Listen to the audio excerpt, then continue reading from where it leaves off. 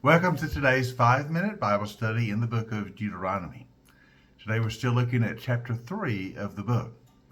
Now, in yesterday's session, we saw that Israel conquered some land on the east side of the Jordan River. This is the land of the Amorites.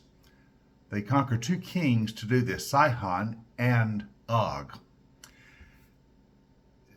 The conquest of the promised land does not technically begin until they cross the Jordan. That's still in the future. But already God had given them this piece of land on the east side of the Jordan.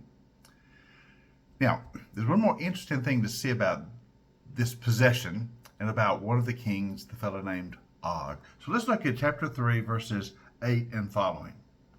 So at that time we took from these two kings of the Amorites the territory east of the Jordan, from the Arnon Gorge as far as Mount Hermon. Hermon is called Sirion by the Sidonians. The Amorites call it Senir. We took all the towns on the plateau, and all of Gilead, and all Bashan as far as Salecah and Edrei, towns of Og's kingdom in Bashan. Og, the king of Bashan, was the last of the Rephaites. His bed was decorated with iron, was more than 9 cubits long and 4 cubits wide. It is still in Rabbah of the Ammonites. Now, what's interesting is the mention of Og's bed and attention given to the fact of his bed and that it could still be seen at the time of this writing. Why is mention given to the bed? Now, it's a huge bed. It says it's 9 cubits long and 4 cubits wide. In our measurement, that's 14 feet long and 6 feet wide. So Og was obviously a big man. Why is this important? Because it connects him with the giants in the land.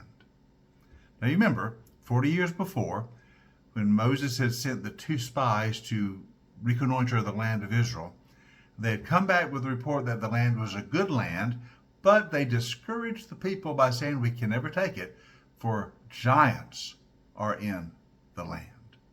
Giants are in the land.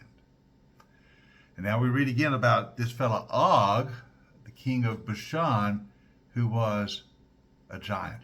So you see, when it says giants in the land, that was not just an analogy to the fact that the people are strong. There were actually people of huge size in the land, literally giants, and Og was one of them. It's interesting that the first piece of territory that Israel comes into possession of is a land ruled by one of the last of the giants, Og. This is a reminder to Israel that God will give even the land of the giants into your hand. You remember 40 years ago they wouldn't enter the promised land because they were afraid of those giants. And now as they're ready to finally take possession, the first piece of land they come into territory is ruled over by one of those giants. It's a reminder to the Israelites that if you trust in God, nothing can withstand you, not even a giant. It's a matter of faith. God has shown them, I'll give you the victory, even over the giants, if you'll trust me.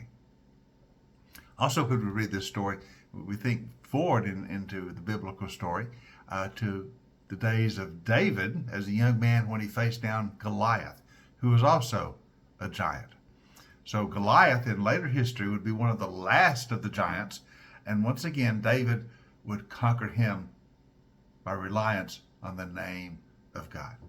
You see, even when we face giants in our life, whether they be Og, the king of Bashan, or the Goliath whom David faced, even when we face giants in our life, if we'll simply rely on God, he will give us the victory. Here he shows Israel, if you'd just trusted me, you would have possessed the land long ago, but I'm still going to give it to you.